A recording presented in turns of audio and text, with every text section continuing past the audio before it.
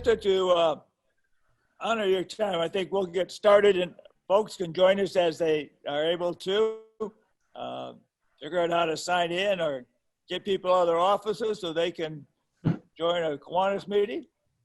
So we'll begin as we normally do with Dave putting up the flag, and I'll say the Pledge of Allegiance.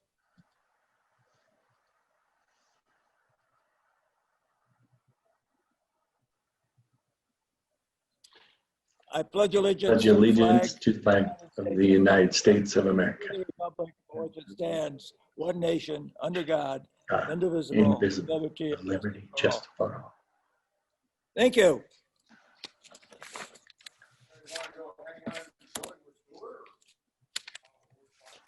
And I do have a prayer for us today. Lord, for friends, fun, and fellowship, especially the fellowship of Kiwanians, we give our sincere thanks. Give us open minds, a clear understanding, and a steady purpose to make the most of our talents and lead us into the fields of work where we can be best serving our communities. Keep us always mindful of the needs of others and keep us always attuned to the calling in Kiwanis. Amen. Amen.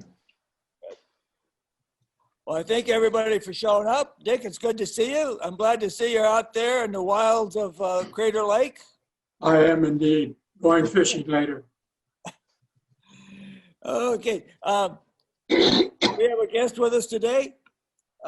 Chester Freeman is with Camp Eagle Camp and Camp Eagle Cap, and he'll be talking to us a little bit about that project. Are there any other, I don't see any other guests, so I'll go by that. Any announcements anybody would like to make? Well, I've got a couple. We had a board meeting yesterday, and one of the discussions was venue and meetings. And it was felt that doing the hybrid like this really isn't very successful. So over the next 3 or 4 meetings or so, we will have only Zoom meetings unless something changes. And as you know, we live in a world where things change rather rapidly. So right now we'll be just Zooming over the next month or so. One of the issues we also talked about, and that we will be giving you more information about, is at the end of September, we'll be inducting new officers. Exactly how we do that yet is still under discussion, but that will be done quickly, and we will get that information to you. And now the most important part of the day for many of you, I know, it's time for the joke. Are you ready? Okay. A barber gave a haircut to a priest. The priest tried to pay him for his haircut, but the barber refused, saying, "You do God's work." The next morning, the barber found a dozen Bibles at the door of his shop. The next day, a policeman came in. So the barber gave him a haircut, and again, the barber refused to take any pay, saying, "You protect the public." The next morning, the barber found a dozen donuts at his door. That very same day, a lawyer came in, wanted his haircut. The barber, again, refused payment, saying, "You serve the justice system." The next morning, the barber found a dozen lawyers waiting for a free haircut.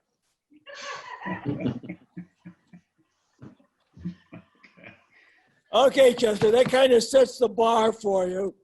We're down here, so we're eager to hear what you have to say for us about Camp Eagle Cap. All yours, Chester.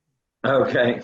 And I won't take as long as Josh said I had because I can't talk that long. But I think I spoke to you guys, it's been a number of years now, but Camp Eagle Cap is a faith-based summer camp for kids in Central Oregon who have lost one or both parents due to drugs, suicide, prison, or abuse that you guys don't want to hear about. I mean, it's really bad.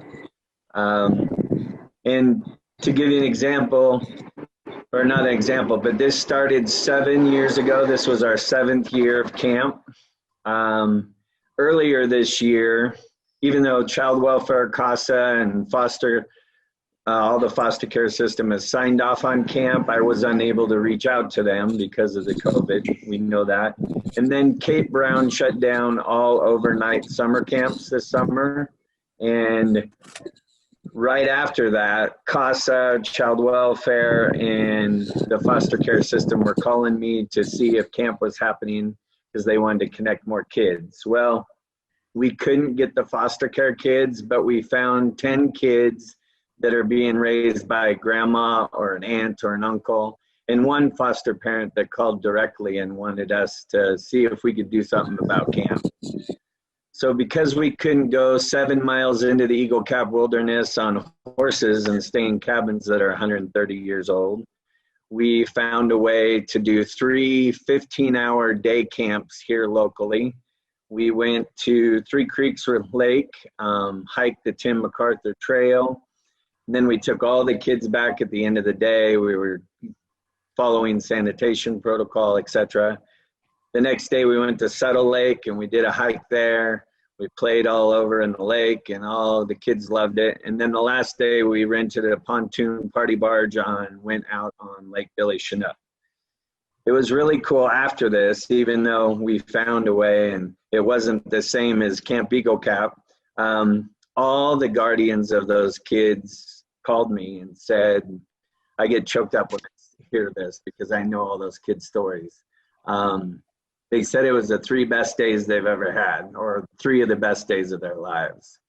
And the cool thing about this year, even though it's not been real cool in a lot of other ways, is if those kids do really well through this year and through this winter, they will go to the real camp next year, which is a 6-hour drive to Joseph, where we stay in cabins down below for one night, and then we load up all the supplies and stuff with the outfitter the next morning, and we ride 7 miles into the Eagle Caps to 7,500 feet to Aneroid Lake.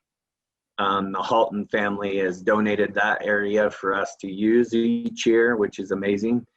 And then we stay up there 3 nights. We fix up the property. We go on hikes to 9,000 feet. We've been 30 yards from mountain goats. Deer come right into our camp. And we pray for breakfast and lunch and dinner, but we don't stand at a pulpit all day. It's just God's love in a family setting that these kids have never seen. It's pretty amazing. And another thing that was cool, or this isn't cool, but a little girl named Carla, whose dad's in prison because of what he did to her. And then her mom's boyfriend is now going to prison because of what he did to her. And then her mom died of cancer a 1.5 years ago. So she was put into the foster care system. And prior to last summer's camp, she had been in 4 foster homes in 6 months. She went to camp and she rode in the van right behind me. She was 10 years old, and she was specifically detailing how she was going to commit suicide. This is the majority of these kids are at that point, and in today's world, probably even more so. But we got her to camp, we rode into the mountains, and when we rode down the last day, and what happens almost all the time, around 16 support staff, including paramedics, etc., mentors, and camp mama, and the cook. She told her story in front of everybody, and I tell them they don't ever have to ever say anything like that. Everybody was crying, and she looked at all of us and she goes, the only reason I'm telling you and the reason my friend just told you is because you guys really care about us, and now I'm just going to help people and help horses. And that's why I continue to work hard at this camp. She also came back this year to help, even though she's been in 2 more foster homes. I let her come back and help with the day camps this year, and she wants to be a part of this as long as she can. It's really cool. Another story is Walter, one of the first 2 campers that ever went to camp 7 years ago, a little over 7 years ago now. He was found in the streets when he was 4 years old eating out of garbage cans. And his dad, who is Hispanic and doesn't speak any English, raised him for a number of years and then left him here once he got him away from his mom. And then he left him here, and he was also in the foster care system. He now lives with a teacher that found him through the fan advocates, and she connected with us 7 years ago or 6.5 years ago, and he has been coming back to help. He is now, she just sent me a message the other day, and I have the picture on my computer. He's been working in the youth program for the Forest Service. His grades were excellent this year, which he struggled with, but through our follow-up and our reunions and whatnot, we pushed him. Says he now wants to work out and stay in shape, work for the Forest Service, and then possibly join the military in a couple of years. I don't know what I feel about that, a little scared, but he also called me last May and said, hey, I'm going to Young Life this summer, but I want to go right into the mountains and make sure camp is set up for the kids this year. And in reality, that's what I always hoped for. You can tell I get a little choked up. But to put it in perspective, in the last 7 years, this has impacted hundreds of lives, from the mentors, the support staff, the campers and the campers' families. It's pretty amazing. And then a lot of them want to keep coming back. And quite frankly, that's why I'm going to phase 2, which is Just Save One, which is why it all started. Just Save One Child. Just Save One is a nonprofit that I started last year. And the focus of that is to buy a large piece of property, to build a lodge so we don't have to rent a cabin when we go up there. That'll save us $5,000 a year. Well, I am under contract right now with that property. It's 235 acres. It's 1.5 miles from our outfitter that does all the horses. He wants to run his horses on there. I'll take the kids there for camp, and then we'll start having reunions for past campers reaching out through the foster care system, which we stay in touch with. And then through the rest of the year, we will rent that out through the nonprofit for other local ministries helping families and especially troubled kids. So Just Save One, like I said, is under contract. I'm going to pay for it. The only reason I've grown my mortgage business is so I'd have this capability, and I'm going to buy that property. Hopefully the conditional use permit will go through because Ed Fitch is volunteered to do all the work for me for free. Then the lodge will be the big expense. It's going to be $1 million. But Dale Davison, who just sold his excavation company, said God told him to sell. Now he's been doing it 50 years, I think. He has volunteered, if his health is good, next year to build the 1,700-foot road and do all the site work. Now, I'm just going to have to come up with $1 million, but that's no big deal, right? And the idea of that lodge, like I said, is one place for us to go the night before we go into the mountains, and then when we come down from the mountains, place to stay before we go to Wallowa Lake, where we've been donated a private dock and boats come and we go all over the lake. That's the last day of summer camp. And then we're going to reach out to year 1 and year 2, similar age kids, bring them back for reunions, possibly float the Minam River. And then we'll be able to just go from Troy, Oregon, back up to the lodge because it's on Troy Road. Anyhow, this has been a dream. It was brought to me when I was little, not real little, but in my younger age, based on some things I went through when I was little, and nothing close to what these kids have been through. I have to go listen. I don't have to. I want to. It's my gift and my capability to listen to the details of the stories to make sure these kids are physically, mentally, and emotionally capable to be at 7,500 feet in the mountains where there's no cell service other than our satellite phone. The only way out of there is helicopter if anything happens, and we're tied to life flight in the hospital down below. But anyway, this has been amazing, and I've already told you 2 of the stories. There's been over 79 kids now, and I'll guarantee you lives have been changed. And I'll keep doing this and grow my business to help support it as long as I can. That's all I got. Any questions? I can't hear you.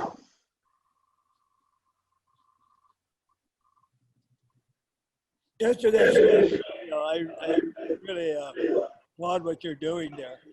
Are there questions from the group? Any questions? Chester, is there anything that you might ask of us? I'm not a big asker for help and financial stuff. Obviously that helps.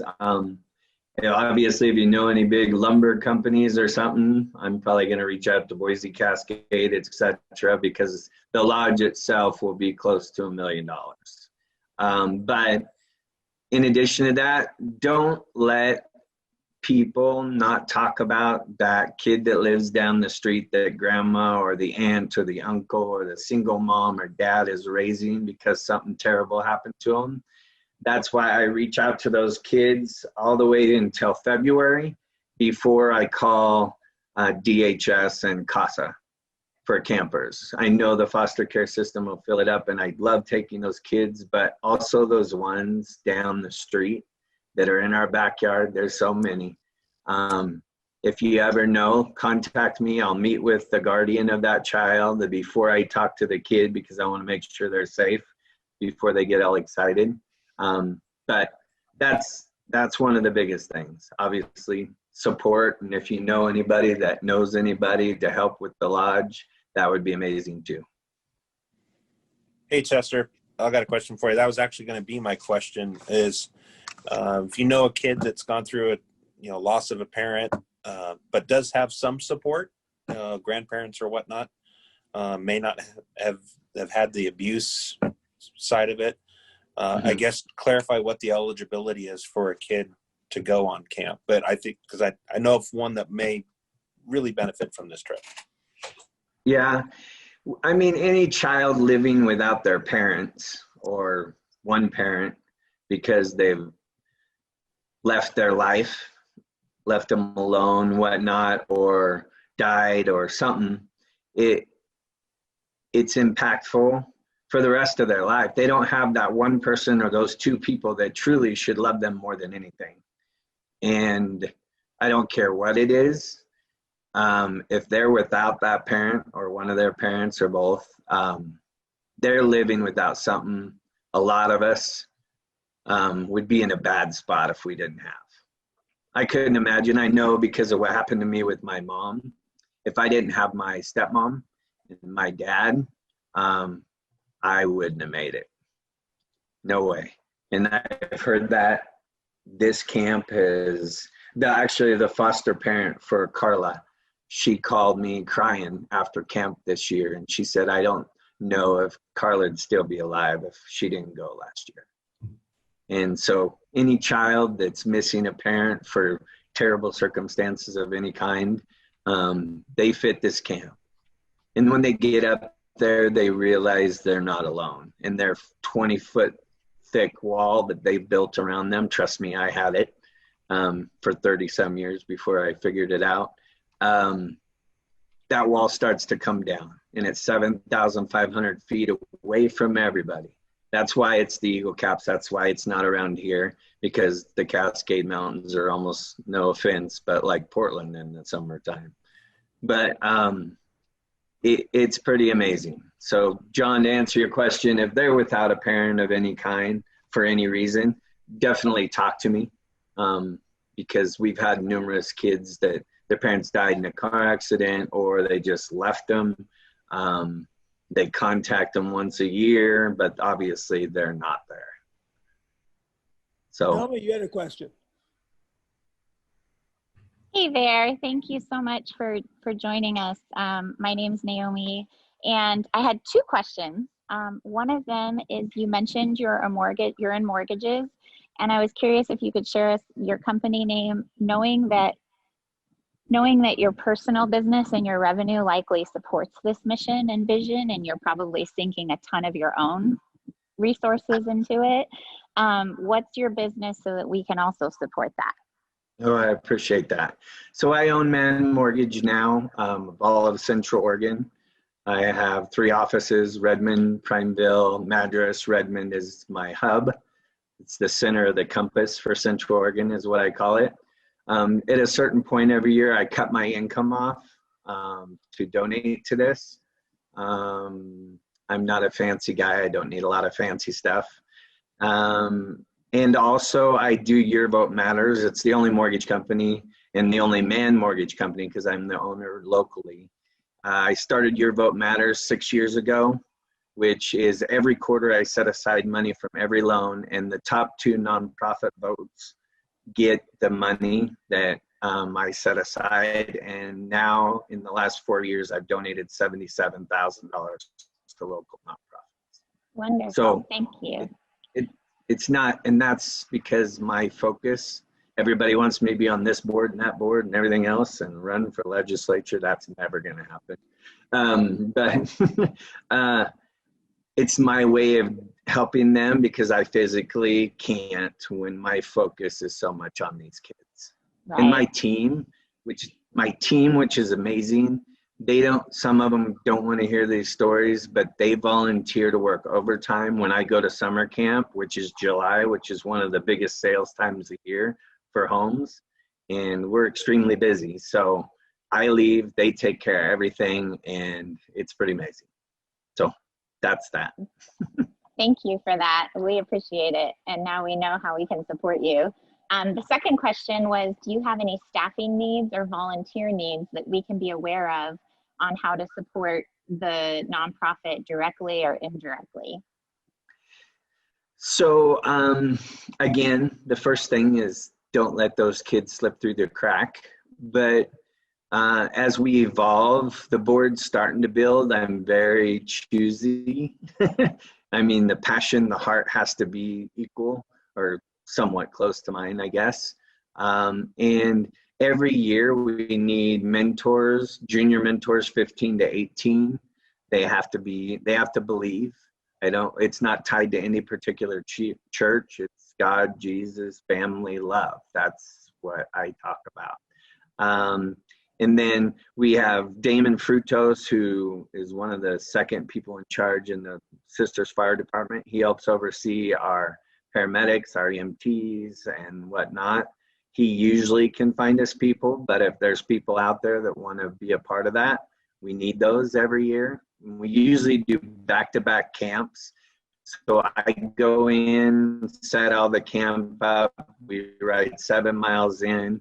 I ride 7 miles out after it's set up. I come back on Monday. That Wednesday or that Tuesday, we leave with the first bus of kids. We ride into the mountains. The next Tuesday, we come back to Central Oregon. That next day, Wednesday, we go back. I'm the only one that goes to both camps because emotionally, I won't let anybody do that. So back-to-back camps, 108 horse trips last year, counting supplies.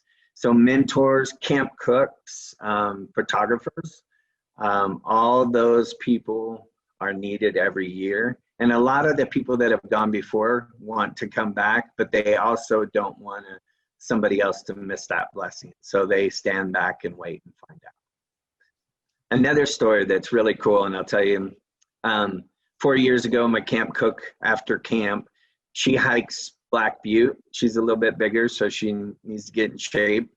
She won't ride the horses. She's allergic to them or just doesn't want to ride them. And that's 7 miles and a 4,000-foot climb. So she and her husband, Gentle Ben, went to Lincoln City after camp 4 years ago, and they went to North Face Outlet Store. She was in there getting some boots for hiking, and the girl that was helping her said, "Hey, what do you need boots for?" You know, a salesperson. She goes, "Oh, we do this camp, and it's for neglected and abused children." And the girl said, "Oh my goodness, where do you go?" And she said, "The Eagle Caps." Well, camp mama left there, didn't say anything. I get this Facebook message from somebody that looks like they're 12 or 14 because everybody looks younger as I get older. And I said, she goes, I want to go to this camp and be a part of it. And I said, you want to go or you want to be a part of it? How old are you? She's not an employee or an application, so I could ask her that. She goes, I'm 26. I'm the assistant manager at North Face. I've been shipped to Chicago, New Jersey, all over the country to train to take over the Golden, Colorado store. She got her driving record or time off, came over here to Crystal Peaks to meet her camper the weeks before as we get them used to horses. And she went to camp that year. She cried with the kids on the way home. She went back the next year, and then she said, I want to do this the rest of my life. And I said, well, you have an accounting degree, so I need an assistant at work because camp doesn't pay anybody. Not yet. Maybe just Save One, phase 2 will, and that's her dream. She gave up her Golden, Colorado dream after 10 years with North Face. She's now my assistant here helping these kids in Central Oregon.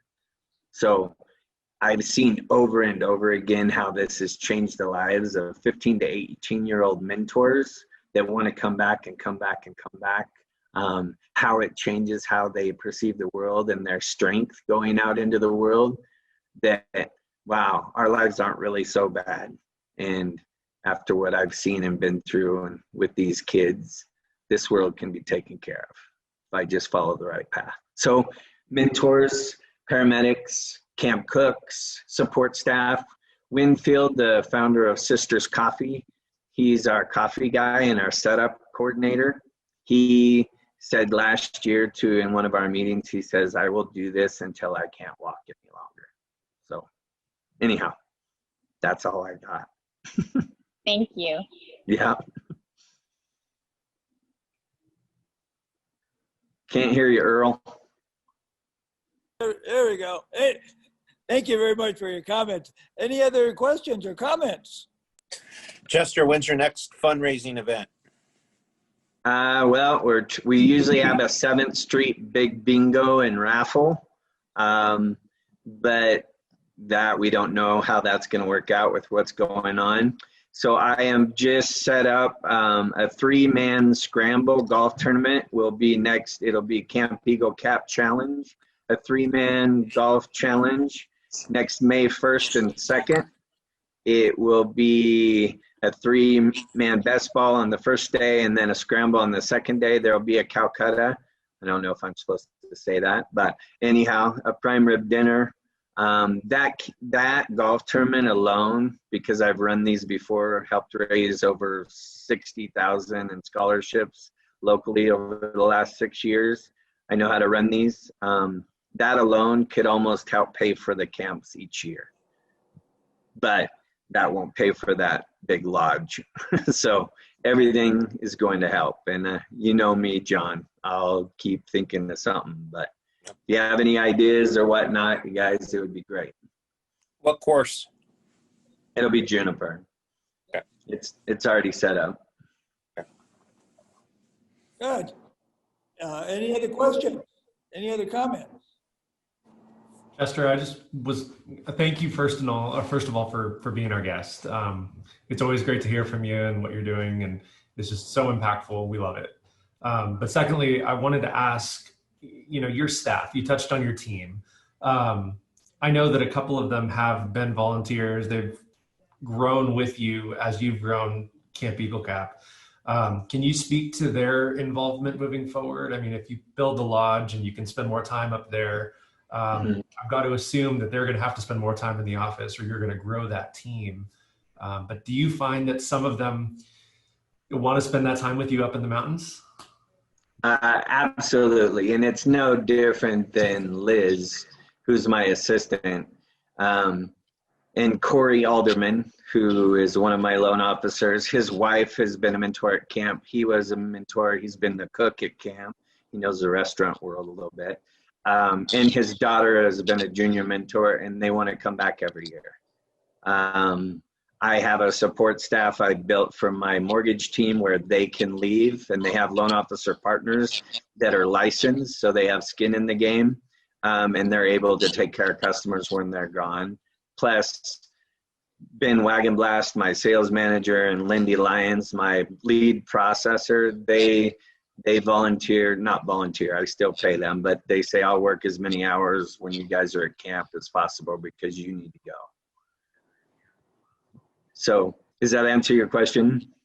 Yeah, it does. I just wasn't sure, as far as growing your sales team so that you can be out of the office more. It sounds like you have the staff to do that already.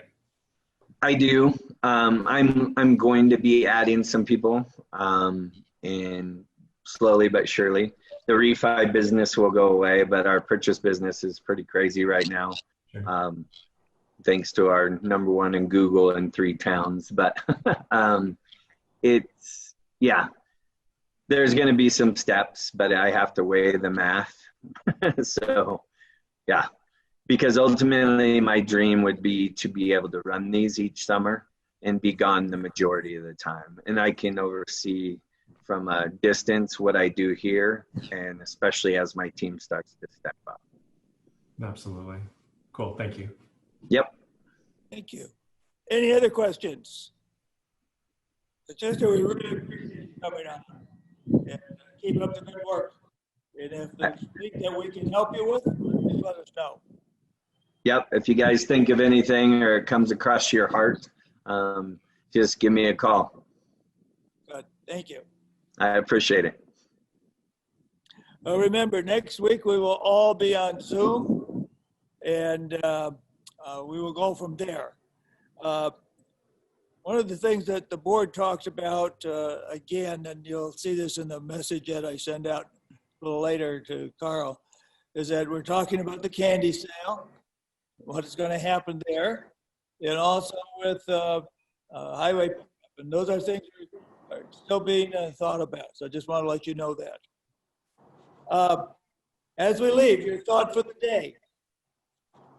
Remember, there is more than one way and one road that you can take to get to your destination. Have a good day. God bless.